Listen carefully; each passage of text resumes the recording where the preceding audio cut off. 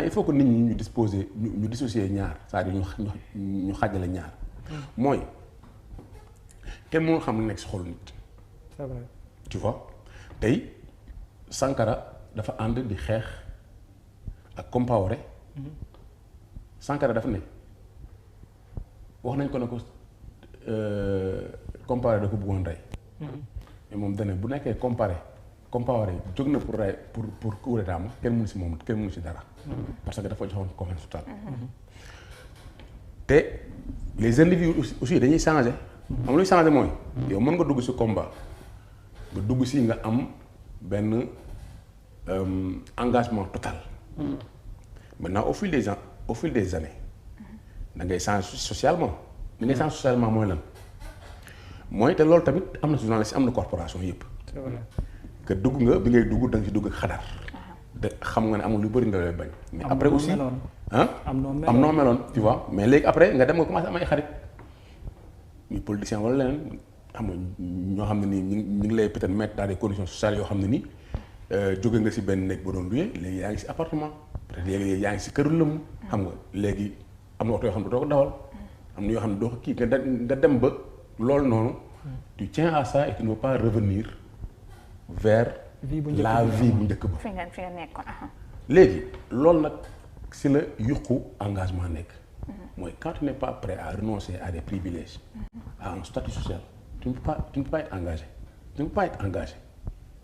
kon engagement da leen di jaral ngeen bàyyi lu bëri. consacré wu à ça mais bien sûr xam nga la moo tax.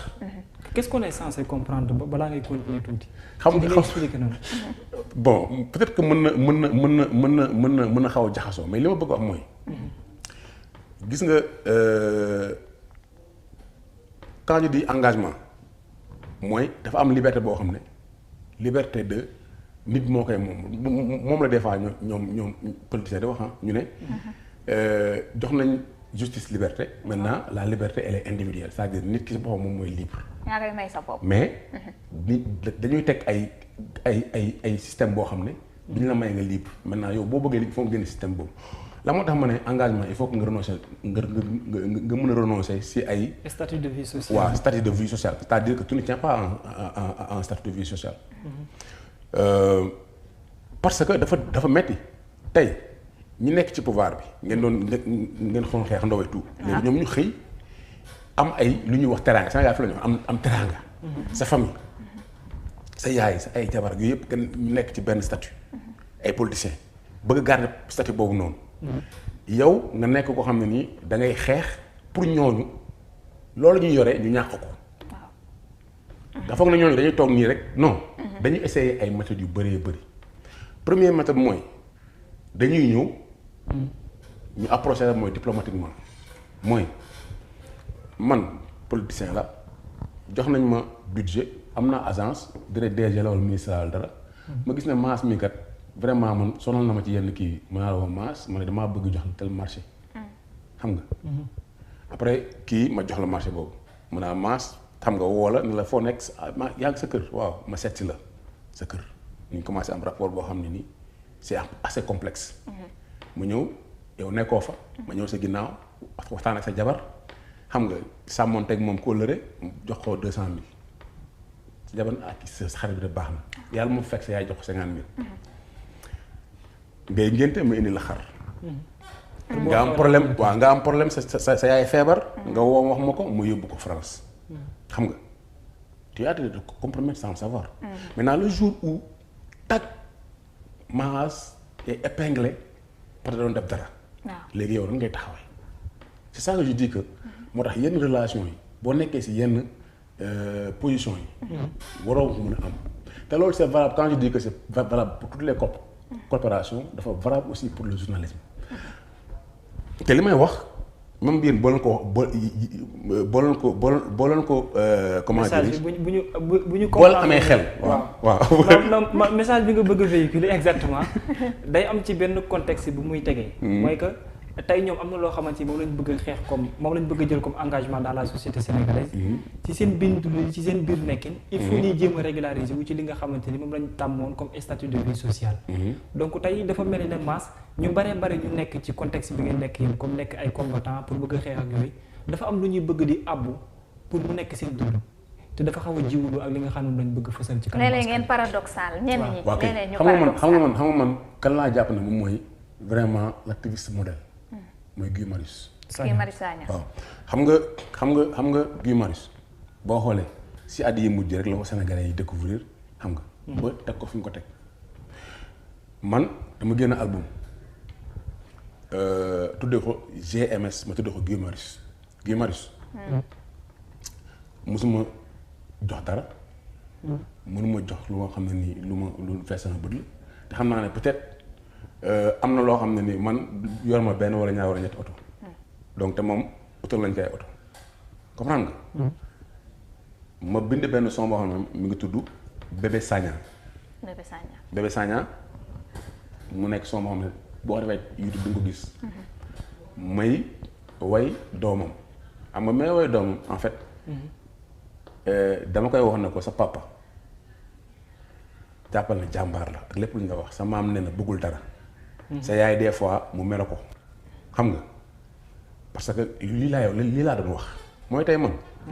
damay jàppante ak sama jabar parce que des fois mu bind dara nit ñi wax xam nga loolu du ko neex mais c'est un engagement que j'ai pris tu vois. Des fois peut-être am na yenn yoo xam ne peut-être man waroon naa nekk ci peut-être ligne boo xam ne nii mais jigéen la am na lu mu bëgg am na lu mu bañ am na lu koy frustré. maintenant quand tu es activiste da ngay xeex ak loolu lépp. da nga koy bàyyiwaale xel. waaw da nga koy bàyyiwaale xel ak loolu lépp. sa man nag je peux pas dire que je suis blanc comme neige mais ce que je peux dire mooy depuis avant 2011 mooy révolution kii bi je pense que 2000 lañ commencé. parce que 2000 lañ bëggoon vraiment affaire yi changé. mooy liggéey naa ak état lu bëri ci dans le cadre privé Level Studio. mais musuma def surfacturation ku ma bëgg a jox marché na ma après da nga may jox dara damay bañ boo ma joxatul marché bi yaa xam donc am na yu bëri yoo xam ne dama xëy bañ a def xam ndax lan. parce que mën nga toog suba loolu rattrapé la. ëllëg mu rattrapé la.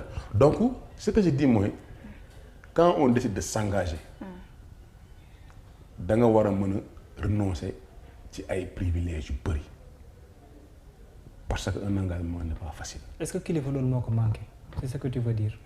pour man je connais pas son statut social xaw ma këram xaw ma lu muy dund xam nga mais si on parle juste des faits. parce que bëgguma personnaliser na kilifa laay wax. mooy moi je parle de tout le monde. tu vois parce que au départ nee naa la. nekkul sama xarit boo xam ne dañuy fréquenter chaque jour ñu toog di waxtaan. xaw ma këram.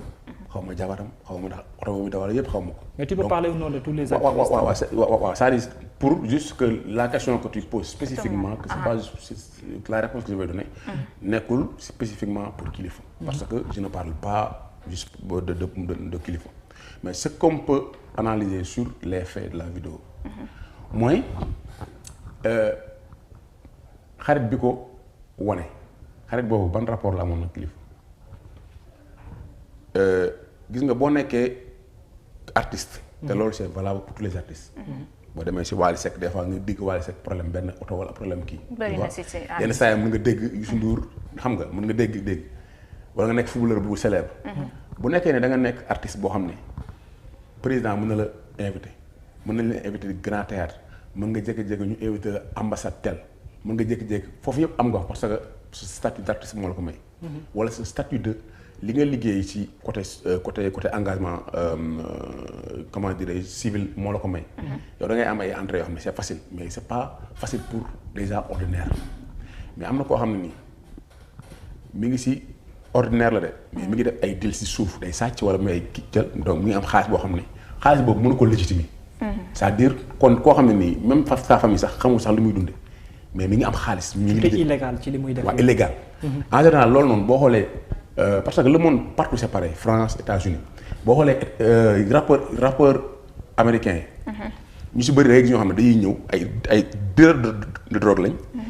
di financer ay rappeurs mais dañuy ànd ak ñoom. tu vois parce que ñoom dañuy bëgg li ñuy exposer. seen kii xam nga. mais soo fi une image donc pour man le gars bien vrai que nag depuis 20 ans xamante nañ.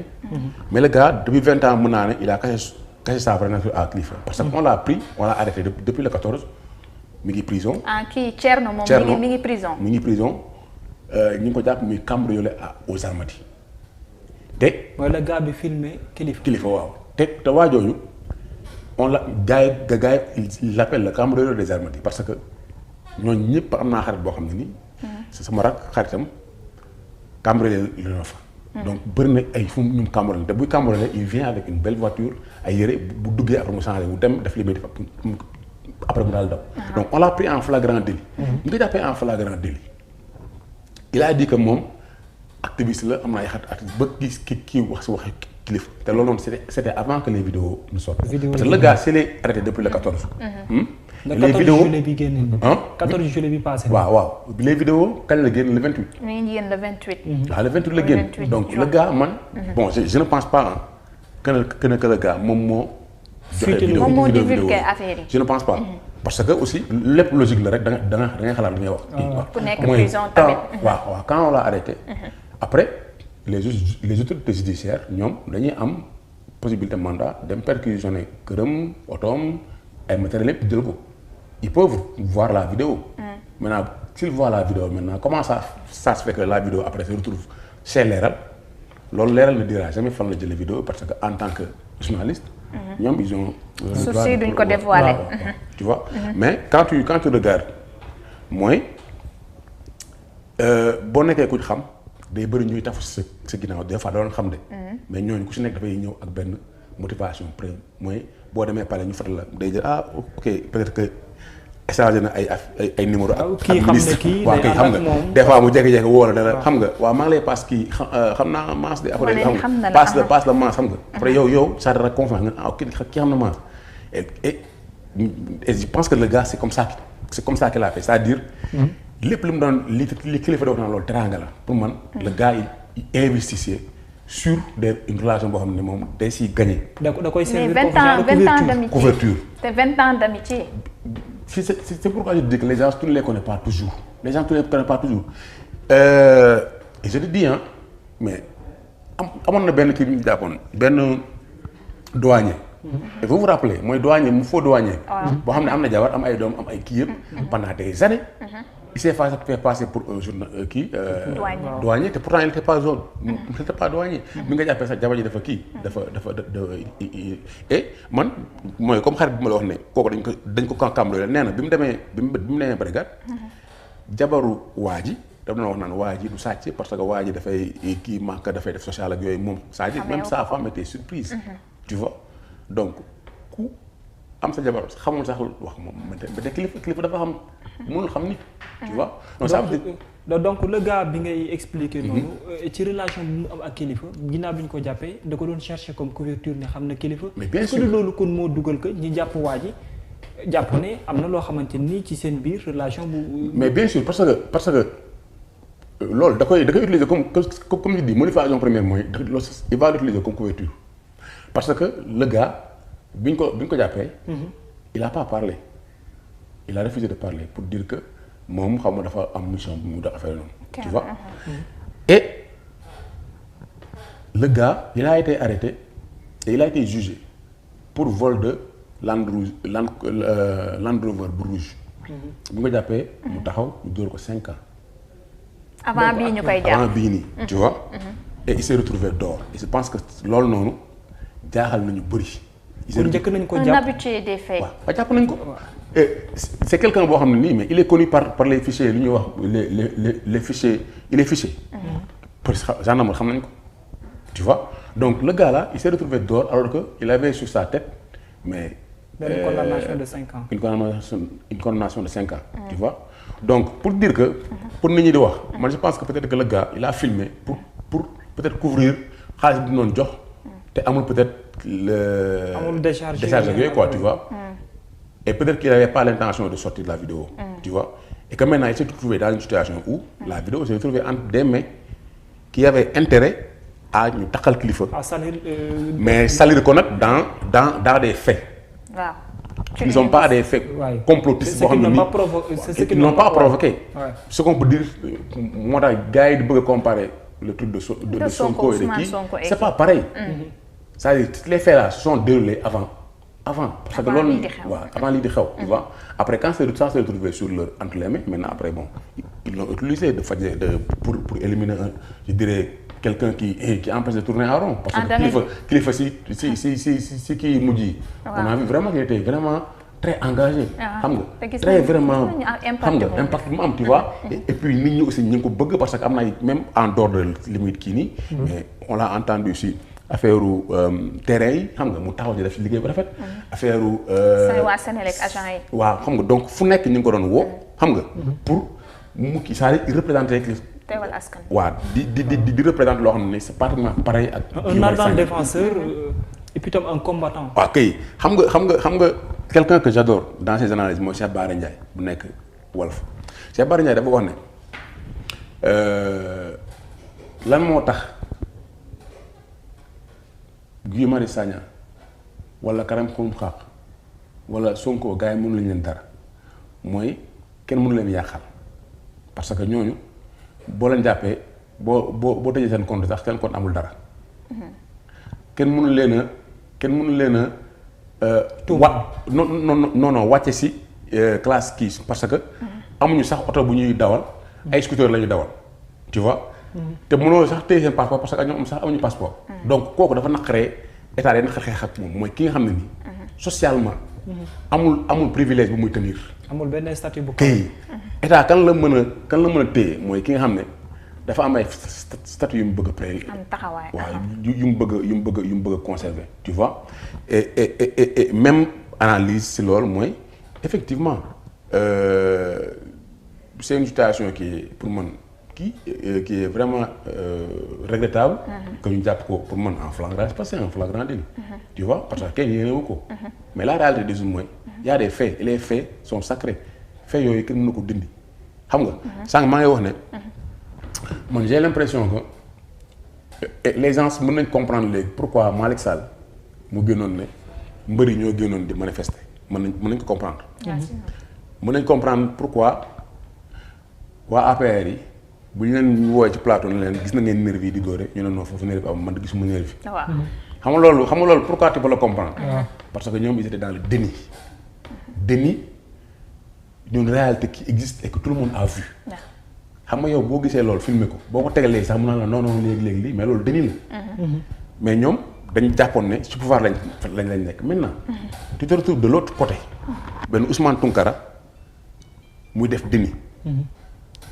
ay yeneen booy tamit di def déni ak yeneen ak ñoo xam ne tamit dañu nekk ci même côté bi dañuy def déni mais pour man l'histoire du visa n'est pas grave n'est pas aussi grave bien vrai que comme ni ma ko waxee man voyagé naa partout par ak Black Diamonds voyagé naa tamit ak MASS sama tur mësuma jaay visa mësuñu yóbbu nit ne ko da nga ñuy fay ñu yóbbaale la mësul am donc bu ñu ne artiste yëpp dañuy jaay visa c'est pas vrai loolu mësuñu ko def. mais am na si ñenn ñoo xam ne loolu mais mënoo ne ñenn ñu koy def nga ne ñëpp ñoo koy def. amul